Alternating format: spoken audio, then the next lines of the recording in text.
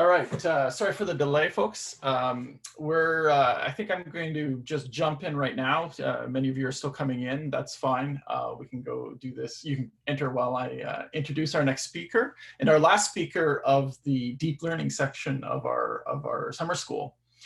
Right, so it's my great pleasure to introduce Alexei Efros. He is a professor at UC Berkeley, and he's the recipient of a very impressive number of awards. I'll just read a few of them quickly here. He's a recipient of a Sloan Fellowship, a Guggenheim Fellowship, the Akawa Grant, a SIGGRAPH Young Researcher Award, and 3 ICCV Helmholtz Test of Time Awards.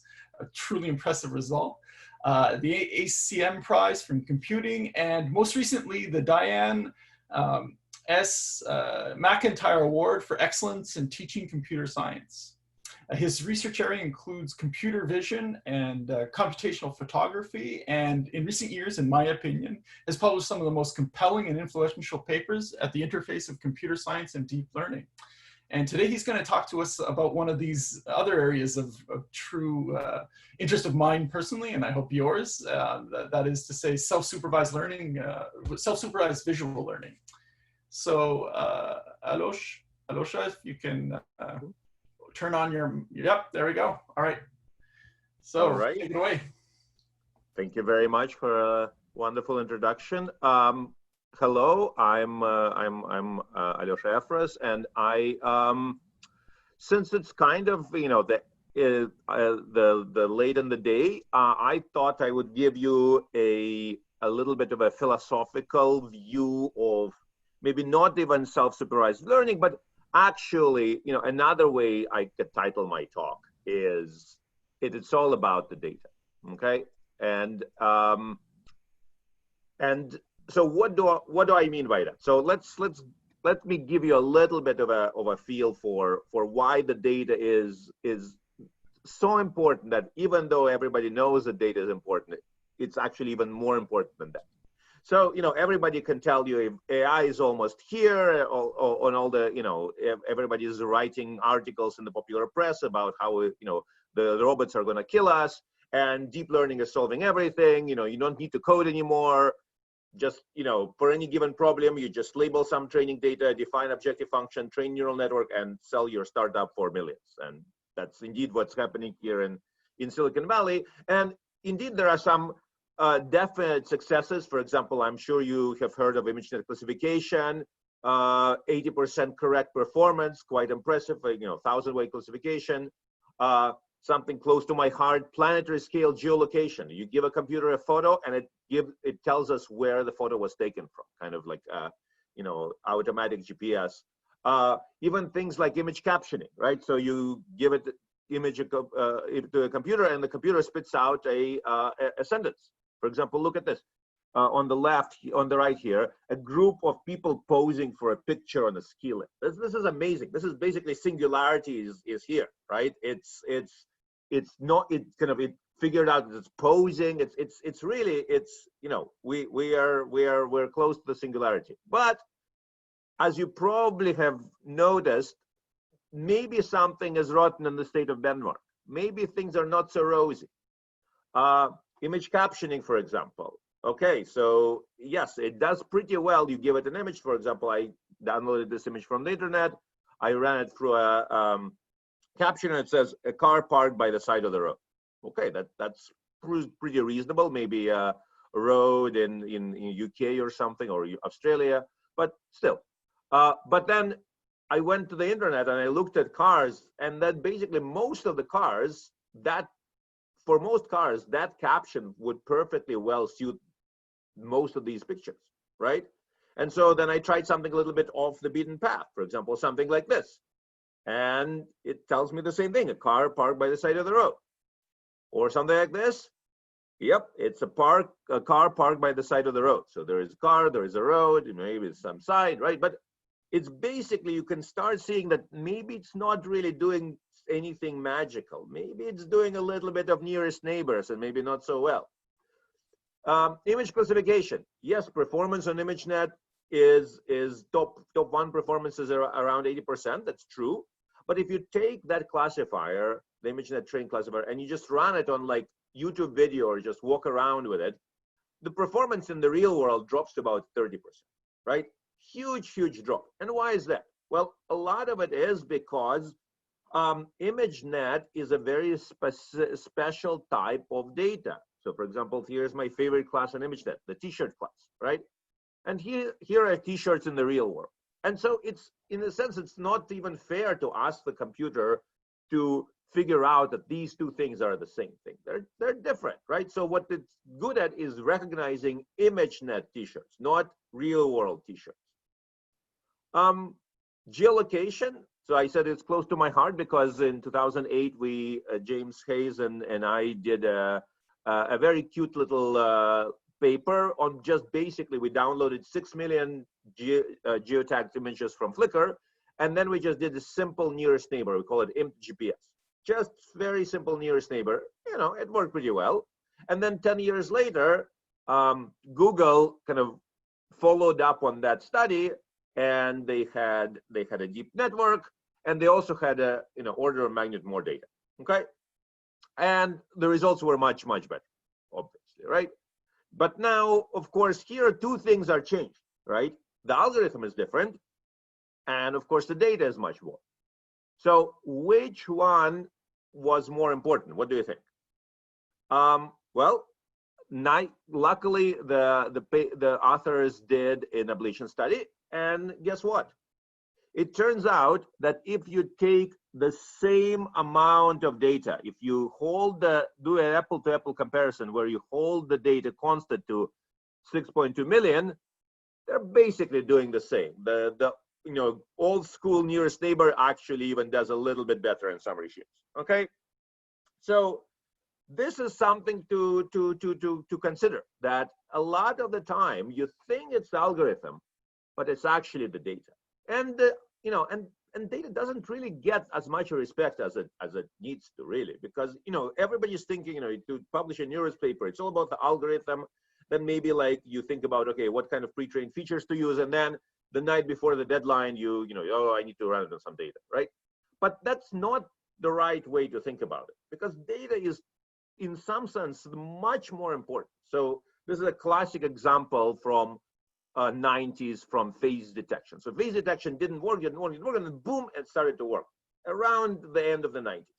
And I think that many of you who have, took a computer vision class would know, the famous paper, Viola and Jones. I'm sure that you have heard of Viola and Jones. Well, actually, there were about 3 papers that came out around the same time that all had very good performance on phase detection, okay? Schneiderman-Kanadi was the best one, Raleigh-Baluja-Kanadi was the first one, and Viola and Jones was the one that everybody remembers. Why is that? Well, a lot of it has to do with the fact that, Raleigh-Baluja-Kanadi used a very old school classifier that was kind of boring. It's called neural networks. In the end of the 90s, nobody really cared. Schneiderman-Kanadi, naive Bayes, kind of naive. But Viola and Jones had this beautiful novel algorithm, boosted cascade. It's a gorgeous algorithm, very nice. I still teach it in my machine learning class. But the thing is that it wasn't what made it work. What made it work was actually not the algorithm. It wasn't the features. It was the data. These were the first papers that realized that actually, in addition to the positive data of images with faces, you also need to give it images that didn't have faces, right? And that really was what made the whole shebang work. But even now, 20 years later, we have not really appreciated this. We're still thinking about it in terms of algorithms. And this is kind of goes back to our kind of a fundamental scientific narcissism. All things being equal, we prefer to credit our own algorithmic cleverness. We prefer to think that it's our human thought of creating an algorithm that actually contributed most to the results.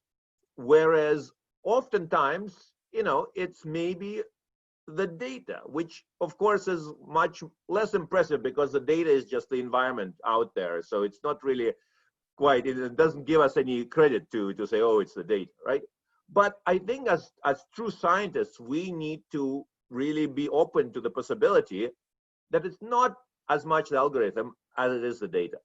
And in a lot of cases, that actually makes us make good progress.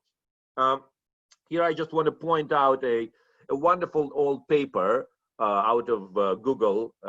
It's like a 2-page paper called an Unreasonable Effectiveness of Data. And it's a very nice short read. And basically what they argue is that, parts of our world can be explained by beautiful mathematics, physics, chemistry, astronomy. And those parts we already kind of done pretty well.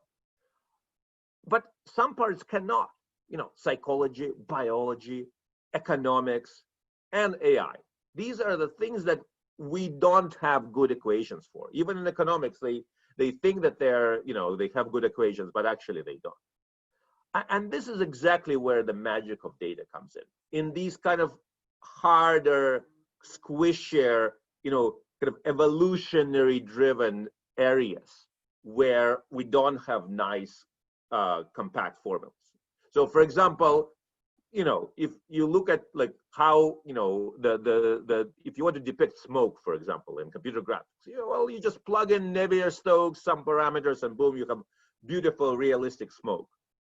But what if you want to represent the bark of the tree? Well, that bark, it's not a few parameters. It's tons of parameters, because the pattern of this bark it's a biological process. It depends on the genome of the tree. It depends on the weather, the location. It's a lot of parameters. I mean, you can still parameterize it like this, but it's going to be huge amount of parameters, right? So it's not going to be clean. It's not going to be compact. It's not going to be something that we humans can reason about. But it's going to be something that computers are going to be good at, because computers can deal with millions of parameters. Okay?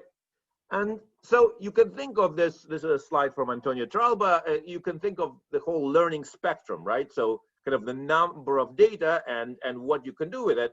And so if you have a very small amount of data, you have a extrapolation problem, right? It's basically generalization. You start, few shot learning, right? And that's where we all want to be at. On the other end of the spectrum, there is the interpolation problem, which is essentially correspondence. You're seeing something that you have seen before, and you're kind of figure out what's the most relevant kind of nearest neighbor. Okay. And even though we all want to be on the left side, the truth is we basically are all on the right side. I don't think there is anything right now in machine learning that is doing extrapolation. I think we're doing interpolation, all of us, and just some of us are much more willing to admit it than others. And I think maybe something that I want to kind of convey in this talk is that it's okay to admit that we're doing interpolation, because I think that will be more honest, and it will be make you understand your algorithms better. Now, of course, we all want to go towards extrapolation. Whether it's possible or not, I'm not sure, because even humans don't really do that much extrapolation, actually. Most of what humans do is interpolation. Very, very rarely you have these special cases. But despite that, I think it's something that you need to kind of be aware that we are way, way to the right, all of us, okay? And so that's why things like brain dead, nearest neighbor lookup actually works surprisingly well. So, I should mention one of the earliest papers on this. This is the 80 million tiny images paper from Antonio, Rob Ferguson, Bill Freeman, which was really influential for a lot of us. It's, part of it is still in CIFAR data set. But to me, what was really eye-opening is that they showed very vividly that as you add more data, you get basically kind of this postmodernism emerges. You just get something that's very, very similar to a given input image, and you can then you do a lookup. It's kind of your correspondence problem is solved. So this is something we did a long while back, where we said, okay, let's try to do this for hole filling. So here is an image. You get rid of you don't want some part of it, and you want to fill in the hole. How do you do it? Well, download 2 million images from Flickr, find the nearest good one, and just do some computer graphics, and there you go. right? And you can do it with other things. And, sometimes it doesn't work as well as others, but still, right? And the cool thing that it's not the algorithm. It's not the distance metric. It's basically just the amount of data. So what we started with was, what we thought was a really huge data set, 20,000 images. Wow. And the nearest neighbors just didn't look that near. And then we just kept downloading and we got to 2 million, and then the exact same algorithm just started to work, right? And this is kind of the magic of the data, just the sheer volume of data without doing anything clever, just starts to work. The same thing for the IMPT GPS. It was just really just nearest neighbor or in some very simple feature, and it just, worked pretty well, okay? So the good news is that really dumb algorithms plus lots of data gives you that unreasonable effectiveness, okay? Now, one thing that I think that a lot of you guys are really kind of interested in kind of the kind of connection to the human brain. And so a lot of the times what I hear is, well, but surely brain cannot do this. Okay? Brain is surely not doing that much memorization. Well, here I would love to point out a wonderful set of studies on the capacity of human visual memory. Okay, so there was a work by Standing in '73 where he showed his subjects about 10,000 images, and he found that people were really good at remembering those images, 83% recognition. Okay, so this was very, very surprising. What was not clear was how much is being remembered, because the images were very, very different. It's like one was a forest scene, the other was a beach, right? And so it wasn't clear how much information was being remembered by the participants. And this is where a wonderful cognitive scientist, Odd Olive out of MIT, comes with a follow-up study about 10 years ago or so, where she decides to tackle this question. And so usually I'm so enamored of this study, and I feel it's so good to really feel it that I actually have my students do the study live. Okay, now we're going to try this, even though it's going to be a little bit tricky remotely, and because you cannot hear each other, so it's not going to be as effective, but I think it's still, please try to do it. We're going to try to see how much you can remember. I could have a shortened version of this memory experiment.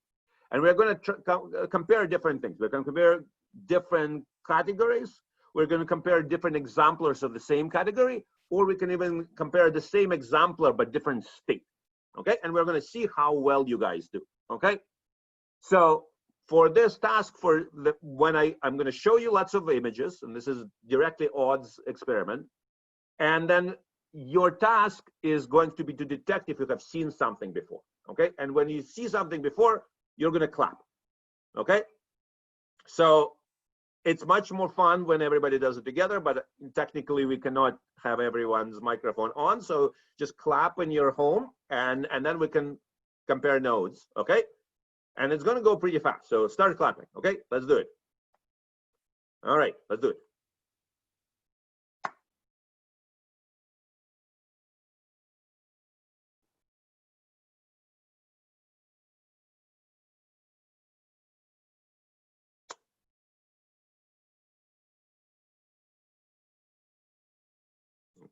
Okay.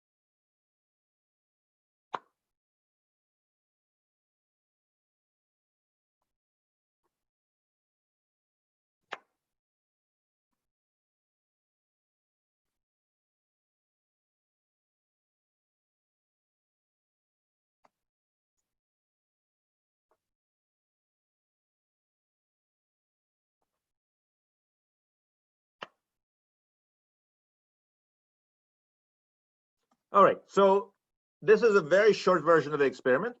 after you have done that, and I think you're already starting to see what's going to happen here, there is some tests. So which one did you see? So did you see A or did you see B? I wonder if we can vote.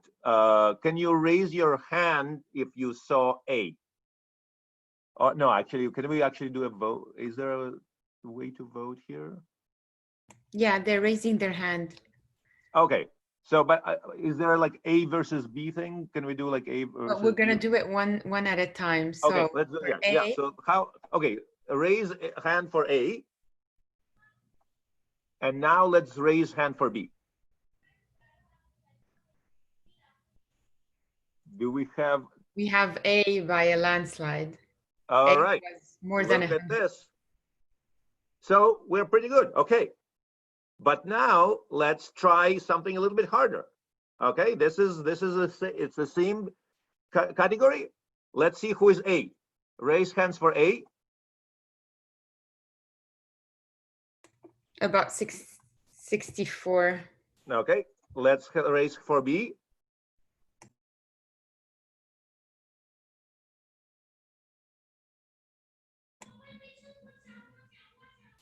About 37, 38. All right, a little bit harder, but guess what? A still win. Okay, and I'm gonna skip this, but basically, let's get to the money slide here. For the simplest case of novel of different categories, people are, this is basically replicating the standing experiments. People are really, really good. But guess what? For the harder settings, they're also very, very good. They're just a tiny bit worse, okay? And that to me was really amazing because it basically suggests that we remember a huge amount of data, okay? So do people have photographic memory? Then there is a follow-up, wonderful follow-up experiment that actually is not even published. So you see this here, you know, for the first time. Odd very kindly allowed me to do it. So now she's going to show you images that some of them are real images of scenes and some are just random textures, synthetic images. And let's see how well we do here. Okay, ready? Let's start clapping.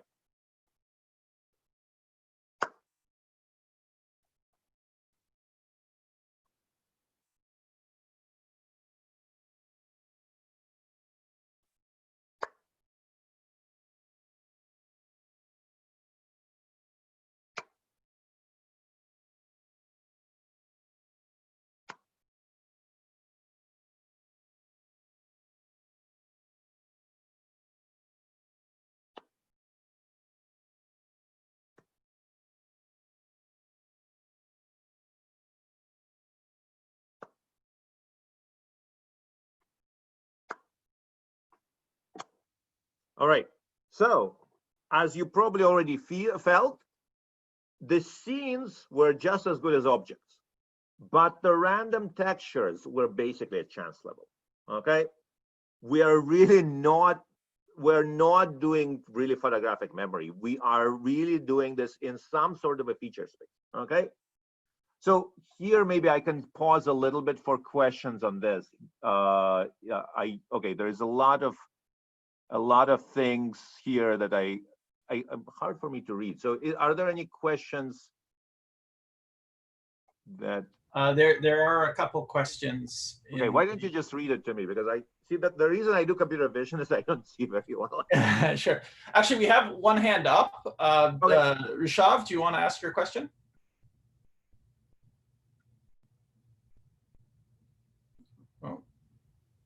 Oh, apparently he's Or maybe they were just voting. Yeah. Actually, oh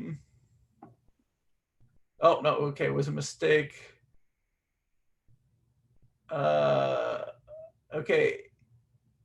Okay, here's there's a question here. Professor, it is hard to extrapolate as you are showing. If you want to get closer to this goal, what would you do? It is clear that when we try to extrapolate, we start to, well, it says we don't have any working metrics for such a new search space.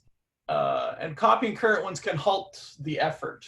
Right. Yeah, no, extrapolation is really hard. It's really hard for machines. It's very hard for humans. we usually don't extrapolate. I mean, the extrapolation is like Mozart, you know, Bach doing something completely new. Very rare does this happen. And so I think we should first try to do at least the kind of interpolation that, you know, humans and other animals are able to do. We still can't even do that. So I think we should, you know, have this as a goal, but we should also be maybe a little bit realistic. If we get to the end, you know, I have way too many slides, but if we get to the end, I can show you a little bit of a hint to of what one way to do this. But yeah, it's a very hard problem. Okay, sounds good. We have one more hand up here, Tolga. Do you want to ask your question? Yeah, thank you. So the question is that, you know, not all people have photographic memory, but some definitely do. I mean, we have genius people, right, who are skilled in different ways. And then comparing that against to kind of like standard machine learning, because I think the algorithms tend to perform more or less the same. How do we go about that? Because, yeah, most of people may not have photographic memory, but then again, we have variety. Okay, so yeah, no, I'm of course there is a distribution of people, and of course all of these things, as you can see, all of these measures have error bars, and some people are better, some people are worse. Absolutely, it's a distribution. But I guess what maybe my argument here, maybe Odd's argument here too, is that actually most of us have something that is not maybe photographic memory, but a huge memory capacity, right? So we're all kind of have photographic memory, if only in a particular feature space. Yes, some people have actual photographic memory in pixels, that's true, but it's a very, very tiny percentage. But the point here is that most of us have very, very good memory in some feature space, kind of a type of capacity, memory capacity that we definitely don't have for text, for example. You know, for text, it's basically like 7 plus or minus 2 words, right? But for images, it's like 10,000 images, and we don't even know. Maybe it's more just that, you know, Odd ran out of funding, right?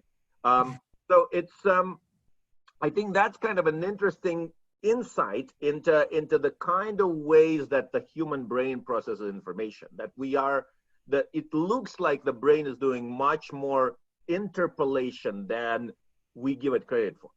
Okay, at least that's one suggestion one can draw from this experiment. But I think you should draw whatever conclusions you want from this experiment. I thought it's a beautiful experiment. So if you're interested, just read some of Odd's papers, and she has some wonderful follow-up studies on memorability that are also just fascinating. So if you're interested in this, just go read some of her work, and I think you will enjoy it.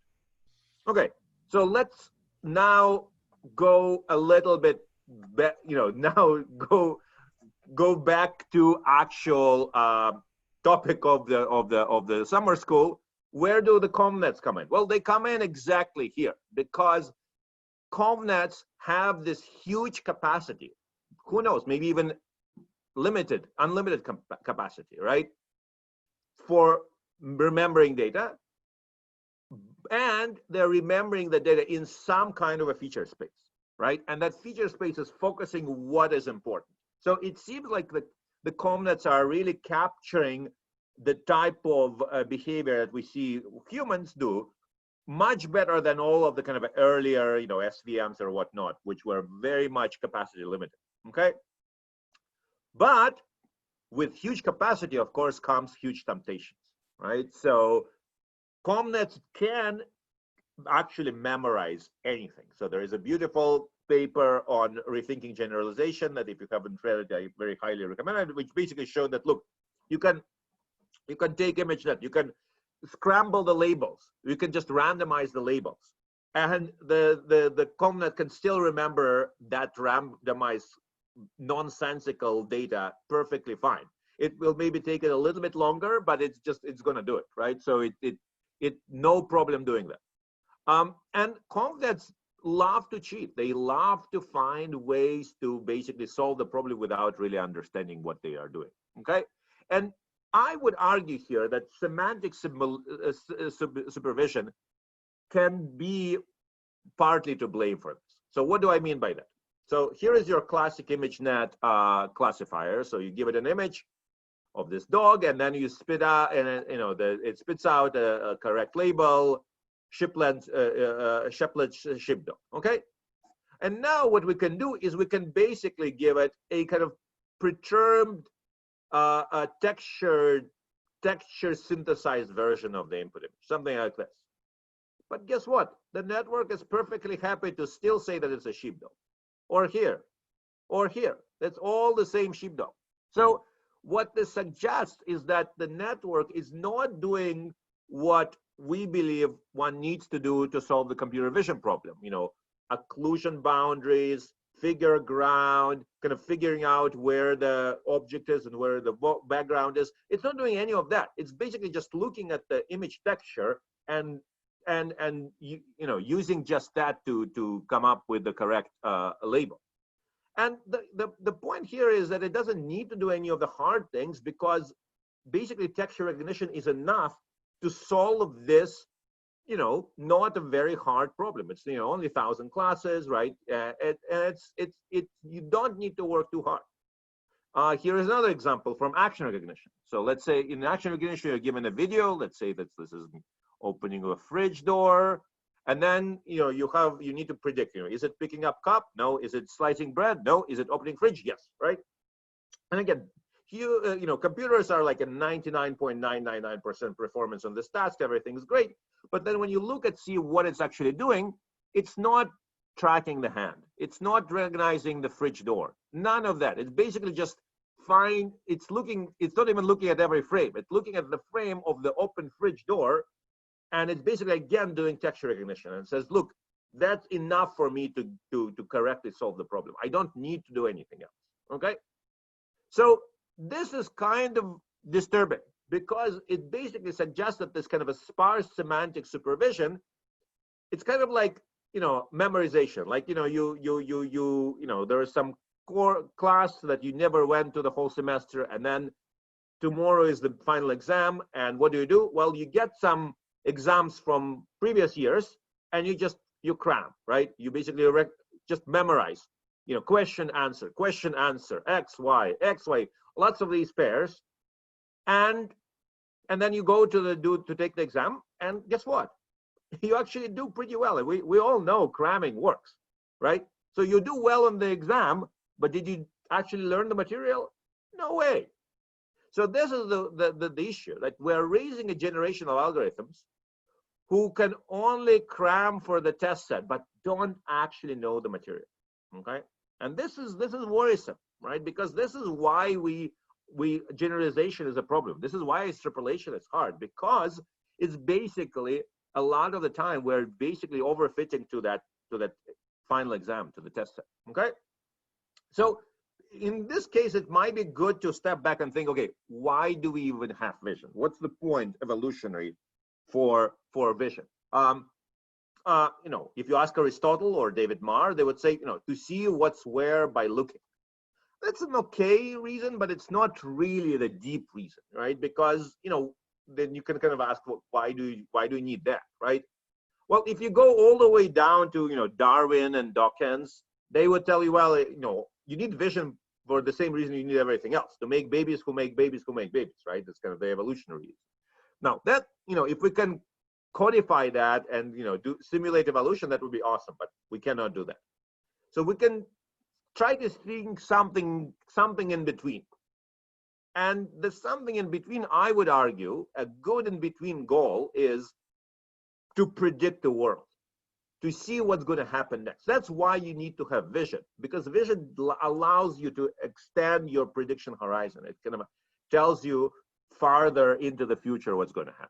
Okay, and so this suggests a way to go farther from semantics and use the world itself, use our environment as supervision. So try to predict some aspect of the world that we interact with or have effect on. The obvious one is like, what's going to happen next? Well, right, you make a prediction, then you wait a little bit, and then you get your label, because that future is going to become present. You know, what's to my left? What can I touch? What makes a sound, etc., etc. And this is what is called self-supervision, right? It's using data from the environment as part of your supervisory signal, okay? And of course, the kind of classic self-supervised method is autoencoders, which take an image and you want to basically have a compressed code, compressed representation of that image, right? And the way you do it is you basically train a reconstruction loss to get this kind of a compressed representation. And that's kind of a very influential work. But unfortunately, in practice, it doesn't actually give you a very good representation. That code is not a very good code. And my suspicion is that because this is really kind of training for compression, right? And compression is related to prediction, to machine learning, but it's not the same thing, right? Because compression really doesn't care about kind of future test data. It's really trying to compress the data that you have at hand. And so you can think of trying to turn this compression problem into a prediction problem. And one way to do it is that you don't try to represent the whole data. You maybe condition on part of the data, and then you want to predict the other part of the data, okay? And this is kind of an example of kind of more recent self-supervised methods. And there is even some evidence from psychophysics and neuroscience that suggests that this is what often happens when we're learning about multi-sensory perception, say sound and sight, right? That they are self-supervising each other and figuring out how to connect and how to combine together by predicting each other. So here I kind of came up with a kind of a partial taxonomy of self-supervised methods. So the kind of the first one that I just talked about, the kind of the classic one, is the data prediction, right? You split your data into two parts, and you try to give in one part of the data to predict the other part of the data. Now, the problems with this kind of method is that you need to actually generate data, and if it's an image, you know, you're going to spend a lot of time actually like painting every pixel, which maybe is not what you need to do. You know, not all of us are painters, but we are all able to see. So another way to think about it is as a prediction of a transformation. So you start with your data X, then you maybe transform it in some way, and then you train a network. The task for the network is to predict what was that transformation, right? So it's a useless task, it's a pretext task, but it's a task that is going to allow us to learn something about the network. Then something we call meta supervision is when your network is trying to model not the data, but basically use supervision constraints on that data. And we'll talk a little bit more about that. And the final one that is very hot right now is contrastive learning, and I'll mention it a little bit too, okay? So, and now I will be showing a bunch of the stuff that was done in my lab. And of course, it was done by my wonderful students. And you know, and of course there's other works as well, but this is how these summer schools work. You know, you talk about the things that you have slides for, and you have slides for because of your wonderful students. So this is going to be kind of a much more of like Efros lab take on self-supervision, but just because that's what I have slides for. But you definitely need to kind of look at all the other references as well. There is a lot more cool work having done. Okay. So self-supervision as data prediction. One of the early papers that we have done was to kind of the most classic thing to do. Let's predict color images from grayscale. So we take an image, we split it into a gray channel, and then we predict the color information from that. Very kind of standard way prediction task. And you know, the cool thing, of course, is that what you can use it for is you can colorize all the black and white images. And so here's some Ansel Adams for you colorized. Here's some other famous photos colorized. But the interesting thing, of course, is that what we want to happen is we want the feature inside of this network to somehow give us some sort of meaningful abstractions. And the fact that this is happening kind of was hinted to by some of the errors we found. So here's a couple of poodles, and here is what happened when we tried to colorize them. So you can see that it didn't quite work. Now let me flip it around again. You see this pink here, right? That's a bug, right? So why is this pink here? You know, it's pink there because it's thinking there should be a tongue, but there is no tongue, right? But why would this happen? Well, if we look at the training data, we see that a lot of these kind of poodles do have their tongue out in the training data. So this is actually a very kind of instructive failure, because it suggests that it's not, when we're doing the colorization, it's not doing some very low level image processing mumbo jumbo.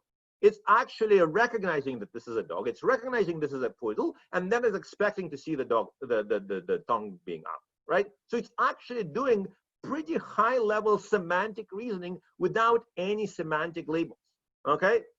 And so we did a little bit of what we call deep net electrophysiology. We just basically picked some neurons and we just see what those neurons fire at.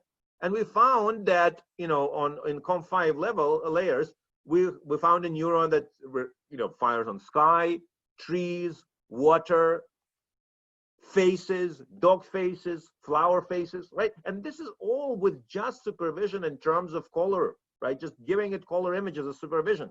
So this is kind of an amazing thing, that you get kind of semantic-like structure out without putting any semantics in. So it's kind of emergent semantics, which is, you know, much more fun than actually labeling it with humans, right? So this kind of gave us some optimism, and then there was a bunch of other papers we did on, you know, filling in holes and stuff like this. That's kind of all in that vein. But as I said, you know, creating images, generating images is often kind of tough. And so, can we do something that doesn't force us to actually synthesize image? And so this is self-supervision as transformation prediction. And actually, our first work, and one of the first works in this area in 2015, was to use context prediction, okay? So here the idea is the computer gets two patches, A and B, drawn from the same image, okay?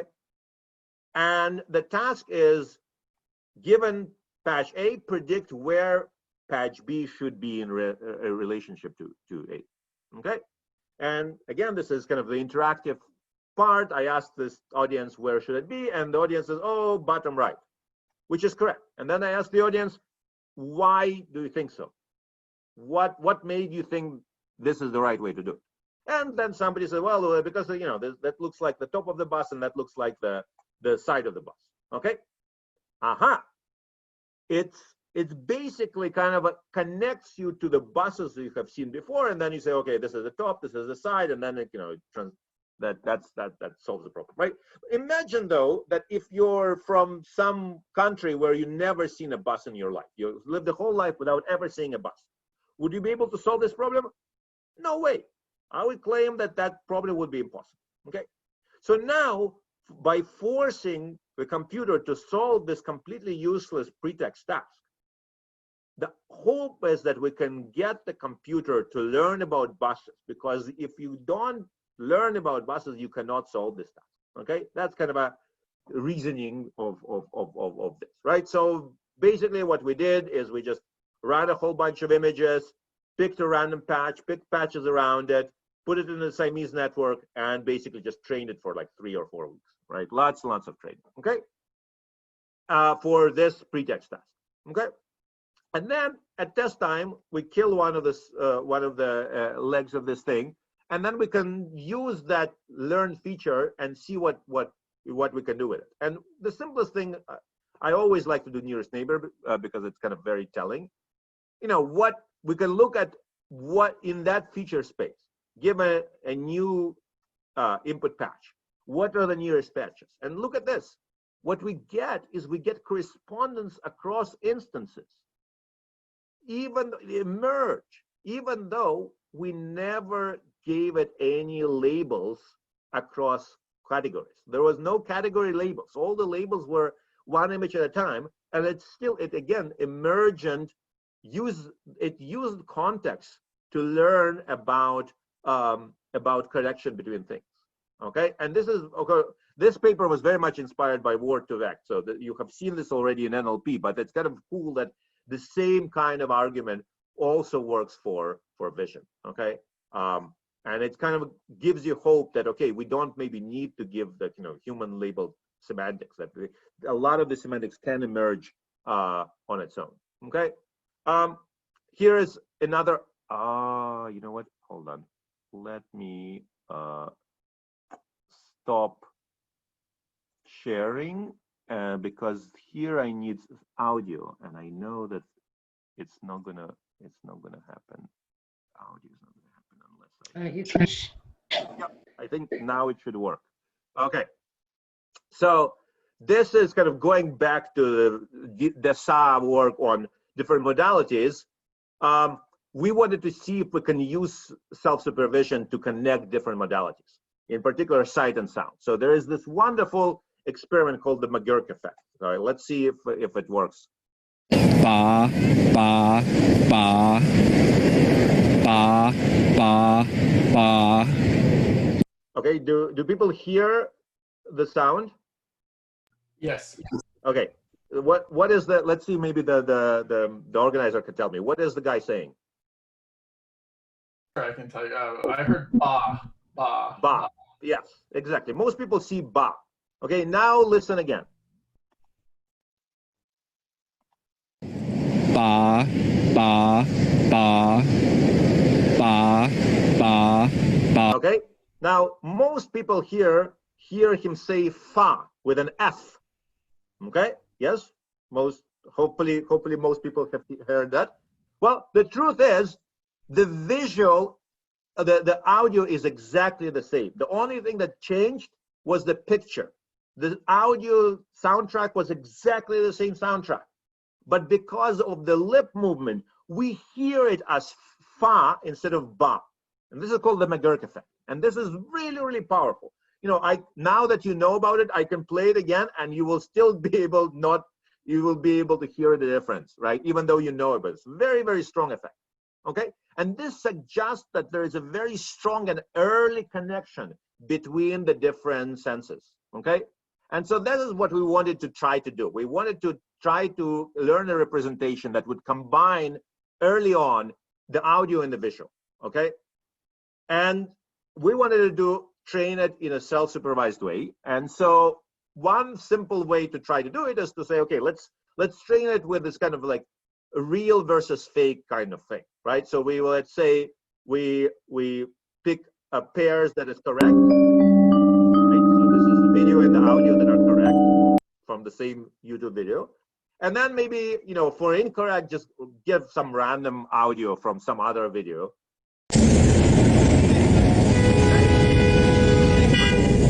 And then basically train the classifier to tell the semester. Well, now the problem is this is just way too easy, right? You look at this, you don't even need the video. You just look at this and you say, okay, this is not a street scene, this is an indoor scene. So this just totally didn't work. Okay, so instead, what we did was we kept the original audio, but we shifted it a few seconds off. Okay, so now it's a much harder problem. You have to look carefully, and then you're going to see that it's not quite right, right? But you cannot do it from a single image. Now you really now forced to look at the whole video, right? And you're forced to essentially find that transformation that we injected and try to essentially correct for this, or at least detect that the transformation is there. Okay, and so basically that's what we did. We trained a classifier that would kind of tell apart aligned versus not aligned audio videos. Okay, and again, 3 weeks of training, and then we are able to do it pretty well. And then we are actually also able to visualize the activation maps for what where the classifier thought there was alignment or misalignment. And this kind of tells us which pixels the classifier thought were important connectors between audio and visual.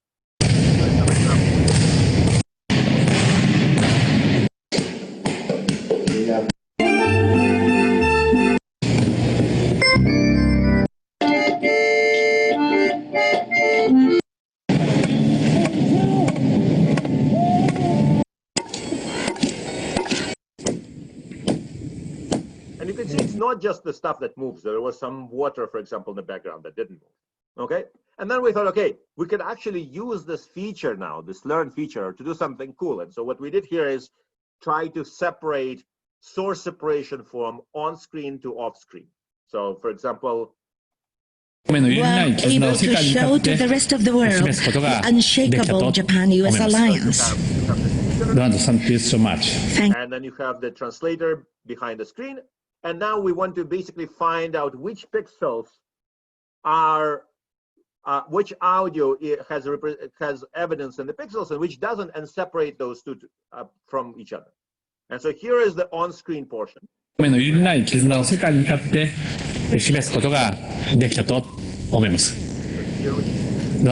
so much. Here we subtracted away the translator, and we can do the opposite too, because we have both. Were able to show to the rest of the world the unshakable Japan-US alliance. Okay, so again, no semantic supervision, all done in a self-supervised way. Okay, meta supervision is kind of a catch-all type thing. So direct supervision is you're basically trying to get like f of x get some label y. And meta supervision is when you have something that's maybe not giving you the instance y, but something like GANs, for example. GANs is a good example of meta supervision. You say that my f of x should be in the set capital Y. So it needs to be, let's say, it needs to produce a realistic image. But I don't care what particular image it should be. It just needs to be in the set of real images or realistic images, okay? That's an example of meta supervision. Another type of meta supervision is something that we've done a lot in my group, is called cycle consistency, where I don't know what f of x should be. I don't have a label for that. But all I know is that the g of f of x should get back to x, okay? So here the argument is that if you compose, let's say, optical flow from one image to another, and then you come back, you should end up at the same place, right? And if you don't, that's not cycle consistent. And you can do it for, for multiple hops. It could be 2 cycles, it could be 3 cycles. And the cool thing is that disagreement, the error, the delta between when the inconsistency can be used as a supervisory signal. And this is what we did in this paper, where we kind of tried to kind of align different objects together. Now, if we just use cycle consistency by itself, that's not enough, because if it doesn't have any anchoring, it basically just ends up, basically doing nothing, because nothing is very cycle consistent. So you need to have some sort of an anchor, okay? And so in this particular work, what we did is we actually added an anchor by rendering some synthetic images from a CAD model, where we do have the correspondence, kind of a ground truth correspondence, and added that as one of the edges of our 4 cycle. And then we learned the other 3 edges, okay? And that worked surprisingly well, and it was very kind of easy to train. And we thought, wow, this cycle consistency is really powerful stuff. And so then we came up with what we call cycle GAN, which is translating from 2 domains without correspondence, let's say, horses to zebras, kind of like translating between, English and French. If you don't know either language, you translate from English to French, then you translate back and you make sure that you get something that's still readable in English, okay? And so it's basically, you translate into the second domain, and then you translate back, and then you try to minimize the reconstruction loss, okay? And this is basically your cycle consistency. So you do it in both ways, and then, you get cute results. Even in video, you can make, paintings out of photos, and you can even go and make photos out of paintings. You can go from CG to real, or vice versa, and even the failures are kind of fun, okay? Okay, so let's see how much time I have. Okay, another example of cycle consistency that I'm kind of excited about is the cycle consistency of time, okay? Now, the visual world exhibits temporal continuity, right? This dog is we see it as the same object. We see it as the same dog, even though it looks completely different. Why? Because of temporal continuity, because we have time to kind of smoothly connect different appearances of this dog, okay? And so the idea is, can we use time, can we use temporal information to learn these kind of visual correspondences between different versions of the same object, okay?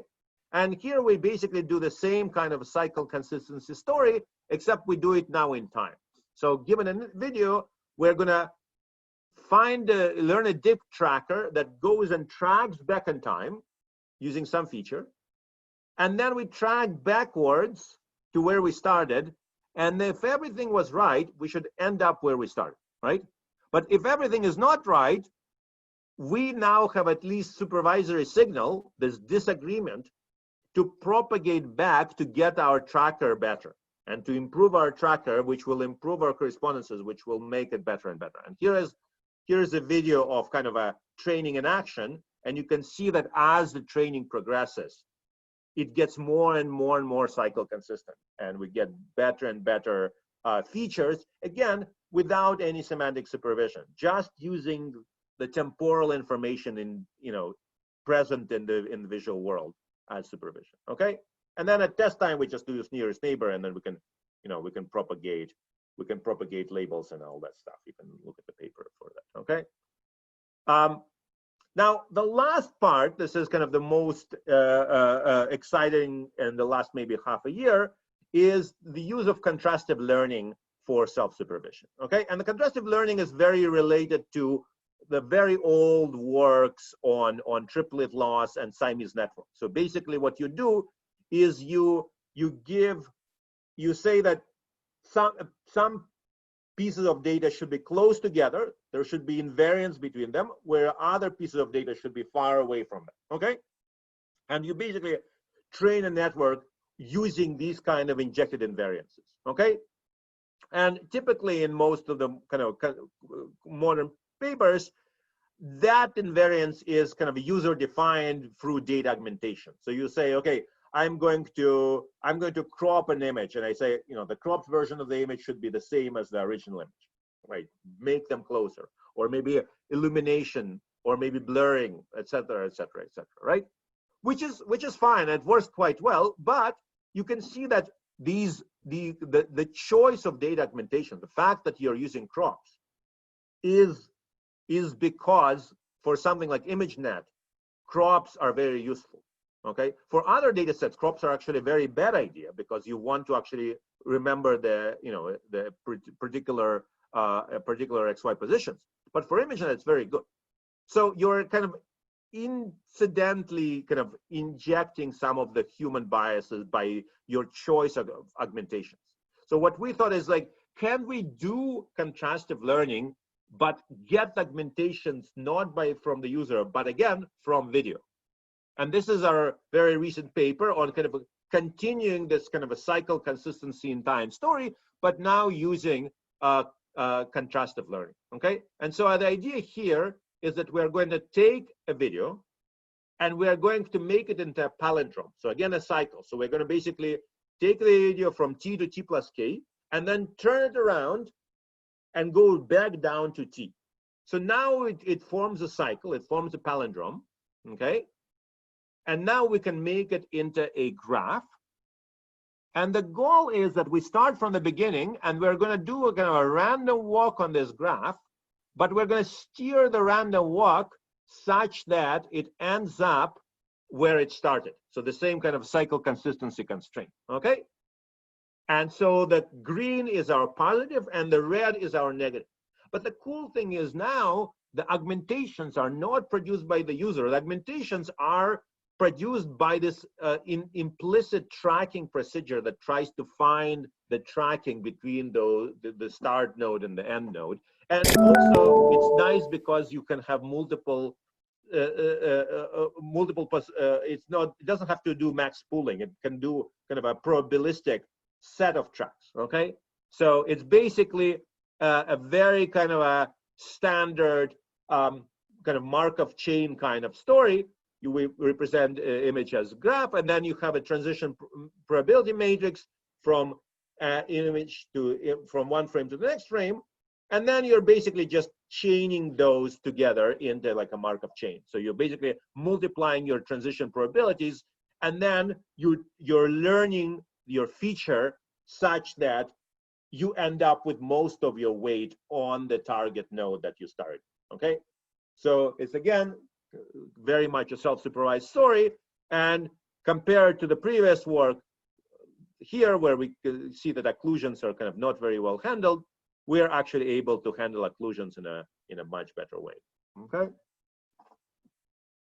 Okay. So finally, I want, as a tiny little taster at the very end, I wanted to say something more about kind of where we're heading. And I think where we're heading is we're going to start moving away from this fixed data set regime. That data sets are maybe something that it was very useful for us, but it might be kind of falling away. And so in real world, biological agents, they never see the same data twice, right? They see something, they test on it. If they survive that, they can train on that, and then that's it. It's gone forever. You never see it again. So a single epoch, right? And it could very well be that repeating the same the same thing over and over, multiple epochs, actually discourages generalization, because now you kind of train your network to kind of expect to see the same thing. And this is also why data augmentation works so well. It kind of works unexpectedly well. And I think part of it is because data augmentation is done randomly, different ones for different epochs. So you're actually getting a little bit of that. And frankly, if you're doing self-supervised learning, if you don't have labels, there is absolutely no excuse to do multiple epochs, right? Because you have infinite data, you have free data, you can just do a single epoch, okay? And so I'm kind of here going to very quickly argue that kind of the same way we have a split between train and val, we can have the same kind of split where the validation set is the new piece of data that you're training on, and the training set is what you have trained before, and then you can basically have a validation split every single time step in a continuous online way. And so we kind of worked on this idea of, we call it test time training, which is essentially to use self-supervision as a way to continuously adapt to new data. And we already applied it to RL, which is kind of in RL, a lot of this kind of test time training already happens.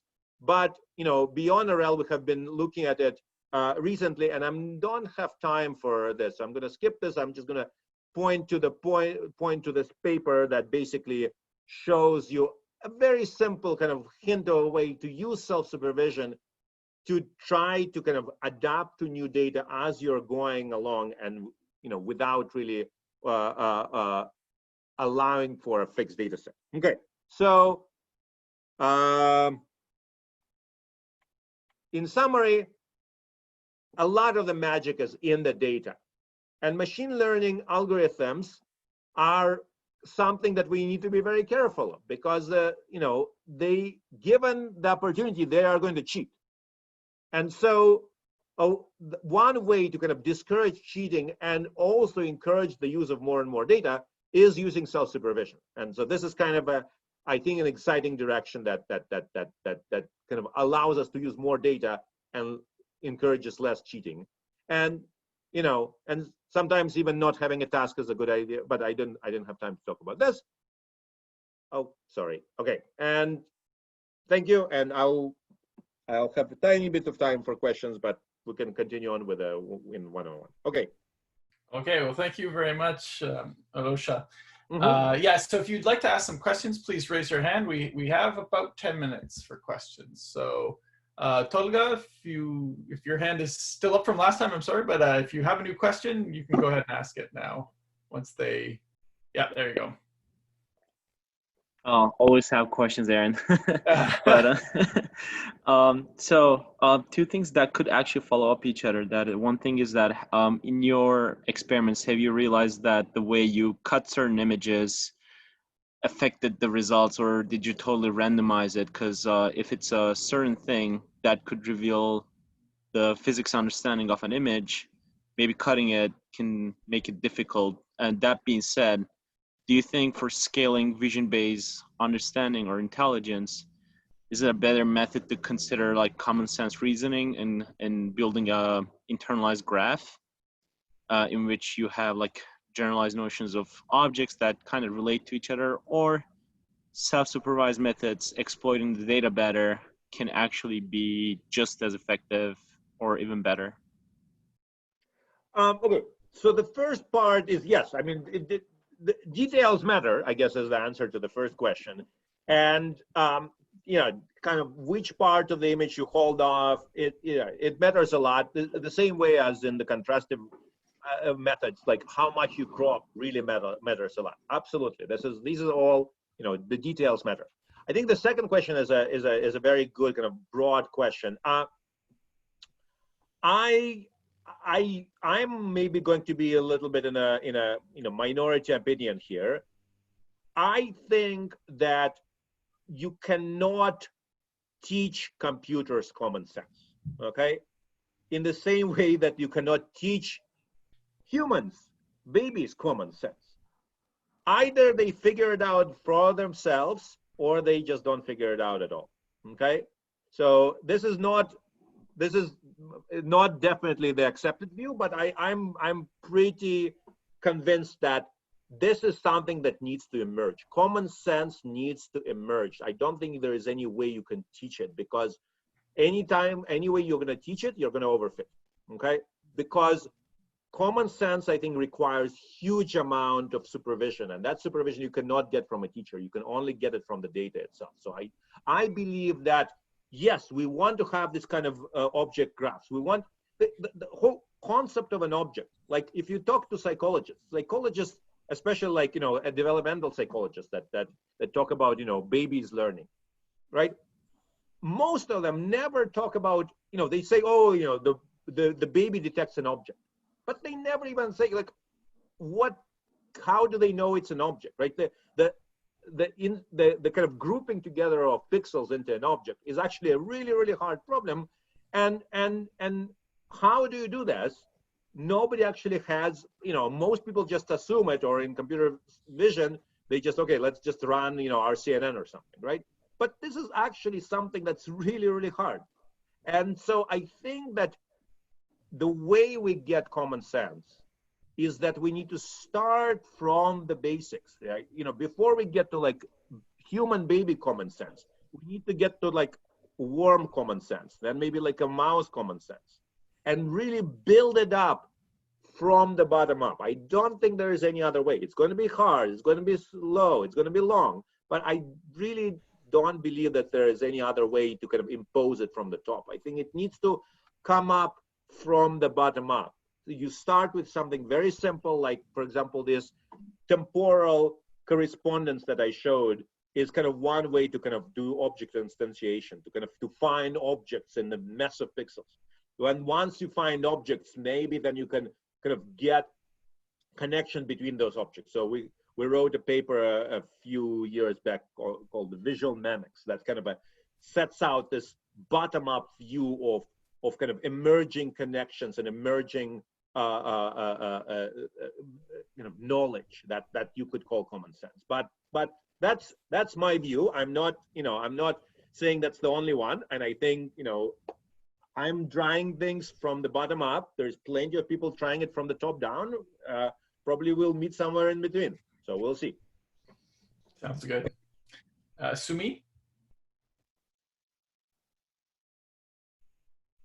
Yes, can you hear me? Yep. Okay. Hi. Actually, at first, I would like to say thank you for your nice talk. I really loved it. And the point while you were talking about the cycle, cycle consistency, exactly. Yep. Exactly. Over there, I mean, the key idea is g of f of x becomes X again. So in that case, G and F, I mean, to my understanding, maybe it sounds stupid, but I was thinking G and F are inverse of each other. In that case, there are lots of possibility that can satisfy this condition, like inverse of each other, right? So that's right.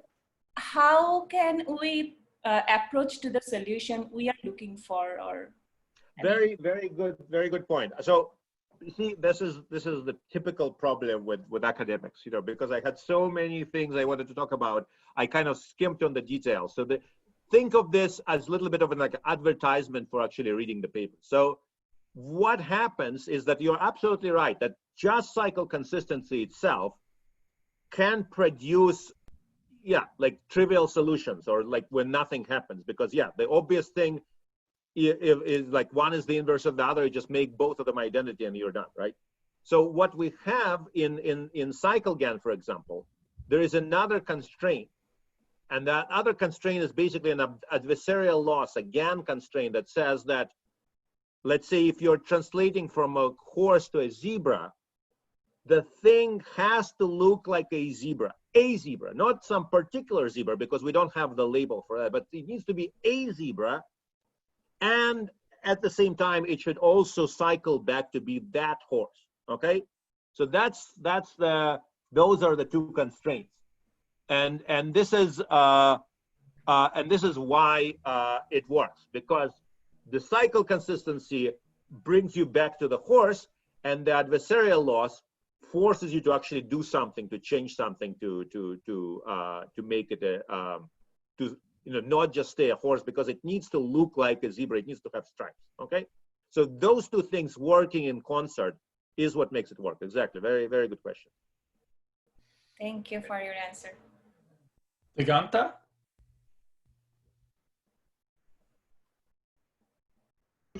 Hello. Hey. Can you hear me? Yeah. Awesome. Thank you for a super interactive talk. I had a couple of questions based from the initial slides. You talked a lot about visual memory.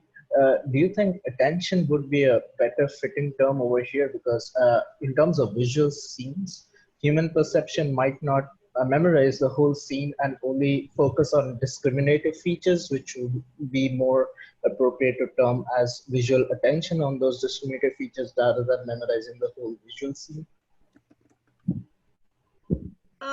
Okay, the reason I don't like the term attention is because it doesn't have a good definition. Okay, and the way attention is used in something like transformers, I think it's actually completely wrong. It has nothing to do with like psychophysical question of attention. In fact, if you want to think about attention, I think maybe the best thing to read is the work of Bella Yulish, who came up with this idea of pre-attentive and attentive perception. Okay. And his definition is pre-attentive is what happens within the first, I think, 100 milliseconds, okay? Essentially, we can think of it as a feed-forward pass, okay? And there is a wonderful set of experiments. Simon Thorpe from France has done some beautiful experiments, kind of similar to what, like Odd Oliver's type of experiments. He shows people images, and they show them very, very fast, like 100 milliseconds. And the people should be able to tell if there is an animal in the image or not, okay? And again, very surprisingly, even though it is super, super fast, so there is no time for saccades, no time for feedback. It's really feed-forward kind of story. People are really good at telling if there are animals or not, okay? And so here, this is done kind of before any kind of this attention, eye movements, any of this happens, okay? So I think attention is a very interesting phenomena. It's something that we don't know very much about. It's something that we don't even have a very good definition of. But I think we're not even ready for attention. I think we're still in this kind of pre-attentive regime. Basically, all of deep learning, I think, is in pre-attentive regime right now. And so I think there's still lots of things to do there. Now, attention in terms of like this transformers, that's, I think, a completely different thing. It should, maybe we shouldn't call it attention. I think it's a very powerful mechanism, a kind of conditioning on the input data. I think it's very useful, and I think it's a good thing to use. But I wouldn't think of it as kind of a perceptual attention. It's kind of a, you know, it's something different. Yeah. Sometimes. That would be a great topic for the breakout session, actually, to go dive a little bit more deeply into that.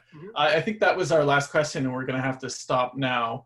But please, yeah, there are some extra questions here in the Q&A that you want to just go over and see if there's some quick answers you can provide. And then you'll have, again, the students that are in your breakout session will have a chance to go into a little bit more depth with you. But thanks very much for the excellent talk. My pleasure. I've gotten already some comments saying it was one of our best, or actually our best up till now. Yeah, so I'll pass it on to Nadine to tell us what's going to happen now. Yeah, thank you so much. Actually, you get a very short break, about 10 minutes. And so I am bringing all the questions left unanswered into the breakout session. So we can pick up where we left off here. So a quick break, and check daily announcements for all the Zoom links to the 3 breakouts for today. 4:15.